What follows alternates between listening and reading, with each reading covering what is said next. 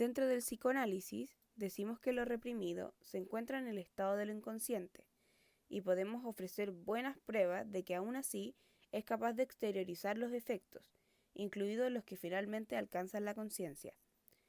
Todo lo reprimido tiene que permanecer inconsciente, pero queremos dejar sentado desde el comienzo que lo reprimido no recubre todo lo inconsciente. Lo inconsciente se puede lograr hacer consciente en el paciente a través de la repetición de escenas, ya que en caso de una vivencia traumática, la persona borrará aquel momento de su vida donde la única forma de traer el recuerdo es a través de todas aquellas resistencias que convirtieron el suceso en algo reprimible. En el presente resumen se darán a conocer aspectos específicos y relevantes del apartado Lo inconsciente, del tomo 14 de Obras completas de Sigmund Freud, y luego se procederá a realizar una pequeña reflexión sobre el mismo. Justificación del concepto de lo inconsciente. El derecho a asumir algo del inconsciente mental y trabajar científicamente con este presupuesto es cuestionado desde muchos ángulos. Por el contrario, podemos argumentar que la presunción de la inconsciencia es necesaria y legítima, y que tenemos mucha evidencia a favor de la existencia de lo inconsciente. Hoy, nuestro pensamiento crítico ya vacila en atribuir la conciencia a los animales, rechaza las plantas y transmite al miticismo la presunción de la conciencia en lo inanimado. Pero, aunque la tendencia original a identificarnos con Gracia ha surgido del examen crítico, se presume que la segunda persona más cercana a nosotros tiene una conciencia basada en el razonamiento y no puede compartir la certeza inmediata de nuestra propia conciencia. La suposición psicoanalítica de la actividad psíquica en el inconsciente nos parece, por un lado, como una continuación del animismo primitivo, que refleja las contrapartes de nuestra conciencia en todas partes, y por otro lado, como una continuación de la enmienda, que Kant introdujo en nuestra concepción del exterior. Capítulo 2. La multivocidad de lo inconsciente y el punto de vista tópico. Hay actos psíquicos de diferentes clasificaciones, pero coinciden en la naturaleza de la inconsciencia. Podrían de alguna manera usar términos que difieran del estado de conciencia para nombrar sistemas psíquicos y así evitar la ambigüedad. Pero la diferencia entre los sistemas debe explicarse antes. Pero esto no permitiría evitar el estado de conciencia porque se basa en cada una de nuestras propias preguntas. Con el consentimiento de estos dos sistemas psíquicos, el psicoanálisis se alejó un paso más de la psicología detallada de la conciencia y buscó un nuevo enfoque y contenido. La primera de las dos posibilidades consideradas a saber que la fase de representación consciente significa su nueva transcripción que se encuentra en otra parte. Con el primer supuesto, el supuesto tópico, la distribución tópica está conectada entre los sistemas inconsciente y consciente y la posibilidad de que la representación esté presente simultáneamente en dos lugares del aparato psíquico e incluso que se transfiera periódicamente de un lugar a otro, a menos que sea suprimido por censura, si es necesario, sin pérdida del primer asentamiento o la primera transcripción. Si le decimos al paciente la representación que suprimió en su tiempo y logramos derivarla, no cambia primero su estado mental. Al contrario, en un principio solo logra una nueva renuncia a la representación reprimida.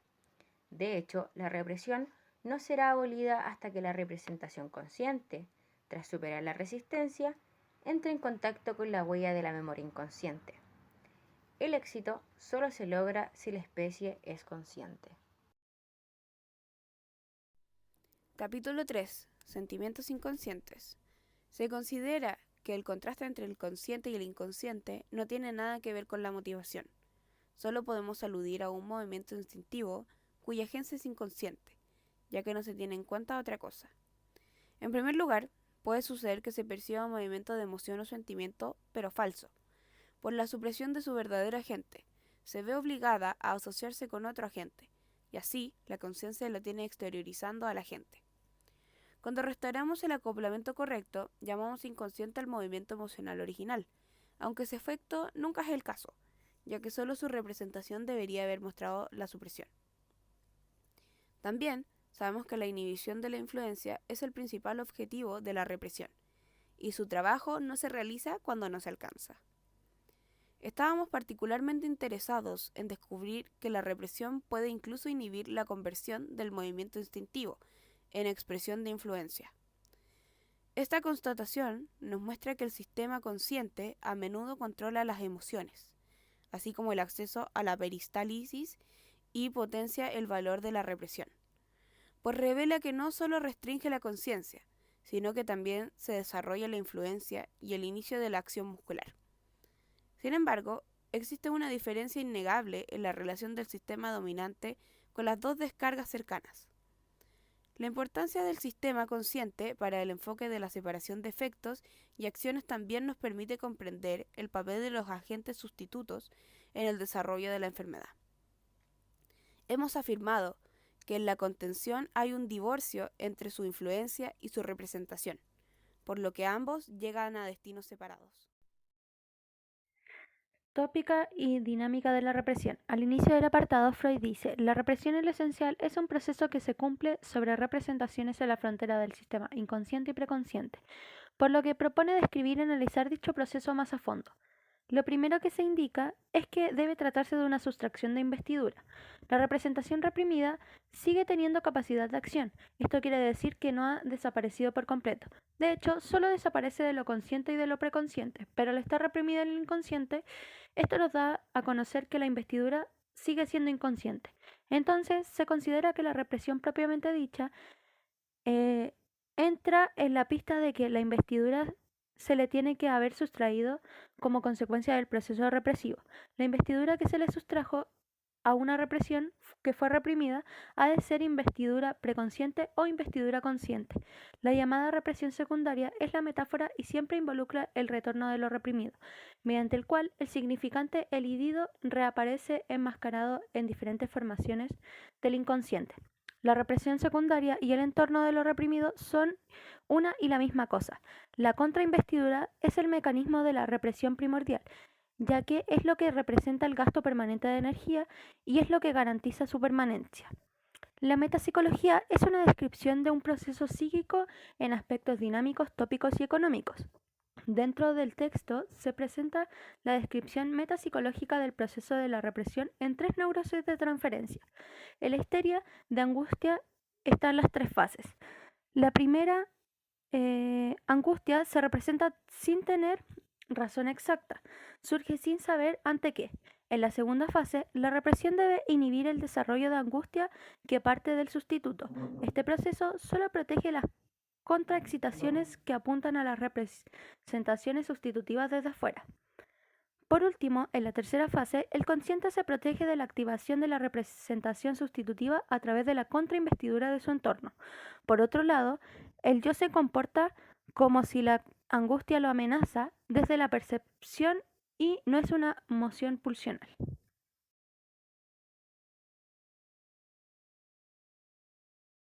Capítulo 5. Las propiedades particulares del sistema inconsciente. En el sistema inconsciente se encuentra la ausencia de contradicción, debido a que no existe la negación ni la duda, ya que ésta cumple la función de la represión. Es parte del sistema inconsciente el proceso primario, el cual se entiende como la movilidad de la investidura, donde a través del desplazamiento, una representación puede ser capaz de entregar a la otra el monto de su investidura. Los procesos del sistema inconsciente son atemporales. Esto quiere decir que no mantienen un orden referente al tiempo y no existen modificaciones dependientes del transcurso de este. Con esto damos pie a que el proceso inconsciente no está al tanto de la realidad, ya que se rige por el principio de placer, formando una sustitución de la realidad exterior por la realidad psíquica. Los procesos inconscientes solo son comprensibles para nosotros a través de los sueños y de las neurosis. Este último es cuando procesos del sistema preconsciente son movidos hacia atrás, a un estadio anterior, utilizando la regresión. Sexto capítulo. El comercio entre los dos sistemas. Este capítulo hace referencia a que el inconsciente no permanece en reposo, ni tampoco todo se reduce a la represión. En este sentido, en la sinopsis de la neurosis de transferencia, ensayo de metapsicología, dice que ambas corresponden al retorno de lo reprimido, al fracaso de la represión. La regresión es una regresión del líbido, no sirve al retorno sino a la represión. Primero, como defensa se lleva a cabo una organización regresiva, que no es una inhibición del desarrollo. Solo entonces la organización regresiva y libidinal sufren una típica represión, que no obstante permanece sin éxito. Freud desarrolla el concepto de fijación en su trabajo sobre la represión. En esta represión primaria solamente actúa una fuerza, la contrainvestidura, que desaloja la representación de la conciencia. La represión es altamente individual y móvil, de manera que un mínimo cambio en la representación puede lograr que algunas de estas accedan a la conciencia. Acerca de un tema de particular interés, la percepción considera que todos los caminos que van desde la percepción hasta el inconsciente permanecen expeditos, y solo los que regresan de él son sometidos a bloqueo de represión. El discernimiento de lo inconsciente. En 1915, Freud plantea una nosografía en la que separa las neurosis actuales de la psiconeurosis. Hay que tener en cuenta que las neurosis actuales no se relacionan con conflictos de la historia o infantiles. Las neurosis actuales van a incluir a las traumáticas de angustia y las hipocondríacas. Dentro de las psiconeurosis encontraremos a las de transferencia y a las narcisistas. Posteriormente vamos a diferenciar las neurosis narcisistas de las psicosis en los trabajos presentados en 1924. El capítulo parte del problema de la esquizofrenia, tratando de establecer diferencias con las neurosis de transferencia. Afirma que hay una incapacidad de estos pacientes para la transferencia. Esto se debería a una sobreinvestidura del yo, con una resignación de las investiduras del objeto. Veremos posteriormente que no hay una sola manera de definir o conceptualizar lo que se entiende por transferencia. Retomando las diferencias que Freud sostiene, en la neurosis se mantiene una fuerte investidura del objeto inconsciente, y en la esquizofrenia se exterioriza mucho más el inconsciente que en las neurosis de transferencia, ya que estas solamente las podemos pesquisar por el psicoanálisis. El énfasis de Freud para explicar estos problemas está puesto en el lenguaje. Estudia las alteraciones del lenguaje en la esquizofrenia y los llama lenguaje del órgano. Un ejemplo de esto sería una chica con esquizofrenia que lo aclara exponiendo un lenguaje ordenado en una serie de reproches contra su amado. Freud explica esto diciendo que hay un predominio de la referencia de la palabra sobre la referencia a la cosa. Toda vez que ambas, palabra y cosa, no coinciden, la formación sustitutiva de la esquizofrenia diverge de la que se presenta en el caso de la neurosis de transferencia. Freud establece la diferencia entre las representaciones conscientes e inconscientes. Dice que en la conciencia existen representaciones, palabras, más la correspondiente representación cosa. En lo inconsciente existe representación cosa sola. La cuestión referente a la representación palabra, representación cosa o representación objeto es tratada por Freud en diferentes lugares de su obra. Podemos decir que en Freud la palabra es siempre secundaria, se sitúa en el nivel de lo secundario. Apéndice A. Freud y Hering. Hering fue un filósofo y maestro de Freud, quien le ofreció un puesto como ayudante en Praga. A través del tiempo se comenzó a pensar que Hering fue uno de los posibles influenciadores sobre el inconsciente. Butler, otro autor, declara coincidir con los postulados de Hering al incluir una conferencia en su libro Memoria Inconsciente. Luego aparece Levine con el libro El Inconsciente, el cual fue traducido por Anna Freud y a la vez por su padre, donde se encargaba de mencionar a Butler. Freud señala en una nota de pie, haciendo referencia a la relevancia que deben tener los estados inconscientes desde el punto de vista de la psicología. Ya que, ¿quién podría confiar en que desentrañará la trama de nuestra vida interior, formada por millares de hilos, si quiere perseguirlos solo hasta donde discurren dentro de la conciencia? Apéndice B. El paralelismo psicofísico. La mayor parte de los autores que se ocupan de la psicosomática se basan, explícita o implícitamente, en los postulados del llamado paralelismo psicofísico. El paralelismo psicofísico plantea que existen estados de conciencia y procesos orgánicos, que ambos se influyen recíprocamente.